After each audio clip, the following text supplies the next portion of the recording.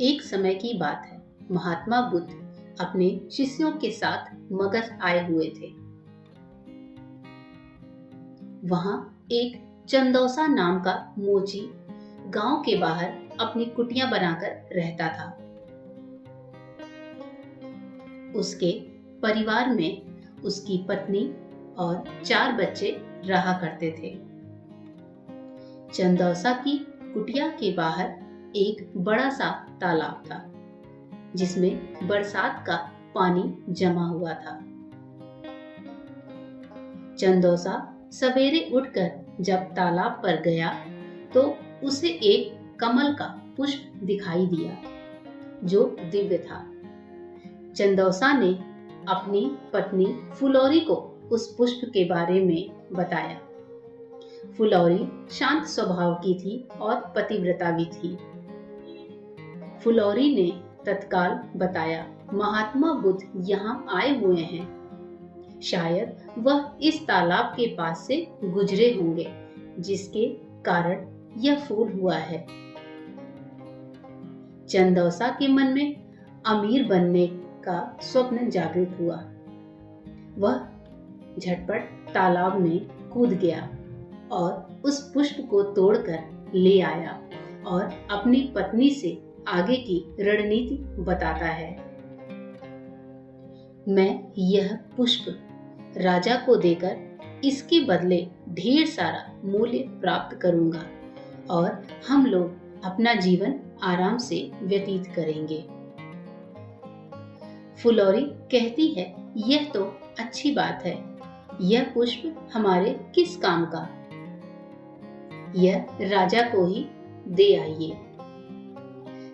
चंदौसा कहता है, ठीक है, मैं शीघ्र ही लौट कर आता हूँ। कहते हुए वह राजमहल की ओर तेज कदमों से निकल पड़ा। रास्ते में चंदौसा को तेज कदमों से जाते हुए एक व्यापारी देख लेता है।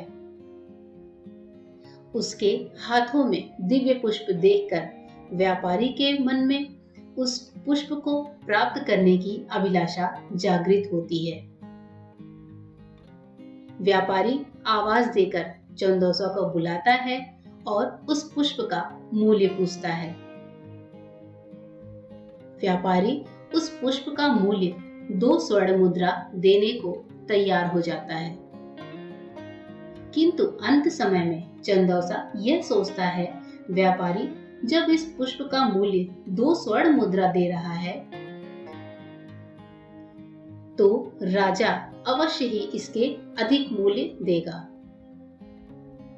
व्यापारी को ना करते हुए वह राजमहल की ओर दौड़ता हुआ निकल गया। राह में राजा रत्नेश आते दिखाई दिए। चंदौसा ने उस पुष्प को राजा को दिखाया। राजा उस पुष्प का मूल्य 5 स्वर्ण मुद्रा देने को शीघ्र तैयार हो गए। चंदौसा सोच में पड़ गया कि इस पुष्प में ऐसी क्या खास बात है जो व्यापारी और राजा इसकी प्राप्ति करना चाहते हैं, और मेरे पास यह पुष्प है जिसका मैं प्रयोग या मूल्य नहीं जानता।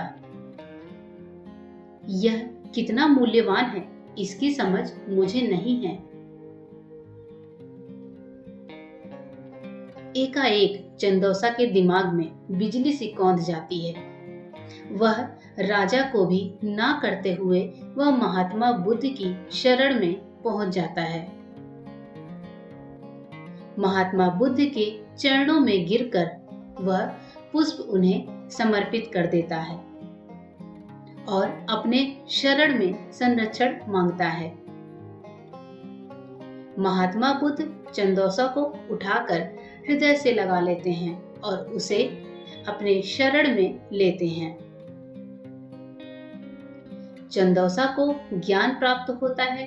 फिर वह अपने समाज में ज्ञान के माध्यम से समाज की पीड़ा हरने का प्रयत्न करता है और आजीवन महात्मा बुद्ध का शिष्य बन जाता है।